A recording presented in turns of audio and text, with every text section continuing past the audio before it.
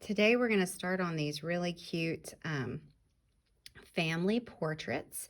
The first thing we're going to do before we actually draw the portrait is we're going to make the background because this is actually glued on top of this. So what you're going to need to do first is you're going to have a pretty big sheet of watercolor paper. Put your name in the bottom corner. That'll be on the back for now. We'll put our name on the front once it's dry.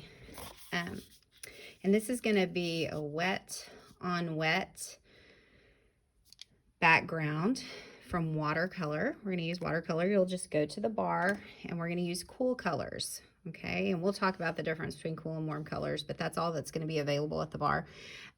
When I did mine, after I did it, I realized I could have made it look kind of snowy in the background since we're all wearing sweaters, and I could have used a white crayon to make some snowflakes. So if you'd like to have snowflakes, you'll take a white crayon, and again, you have to press down pretty hard, okay, and you can draw some snowflakes into your background. All right, so the first thing that you want to do is wet your paper. Now, you may not be as fast as painting as I am, so you may just want to do like a section of your paper. So you're going to wet it really good. So I'm putting a lot of water on there.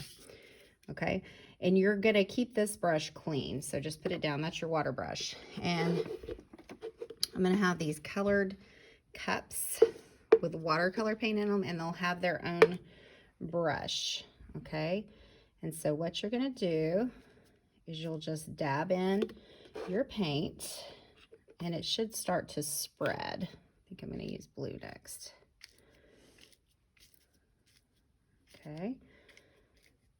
All right, now we need to wet some more of the paper because we want to have that nice, oh, and look, it's going to travel over to where we added the water because we want to have that nice wet, on wet, smeary look.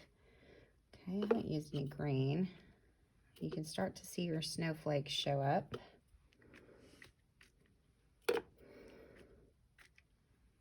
Add some green in. Right, now I'm gonna wet the last part of my paper, and you can see that that watercolor is just starting to sneak over in there because watercolor loves water.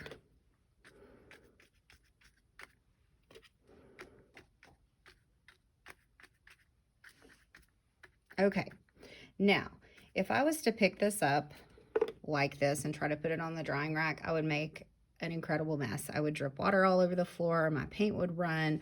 So what you're gonna do, you're not gonna wipe it. I know the last few projects I've had you wipe it off. You're not wiping it.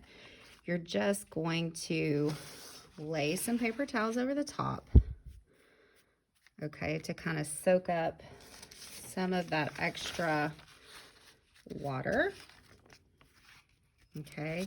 But we don't want to take off the color. We want the color to still look really bright and beautiful. Oops, that's still a little bit.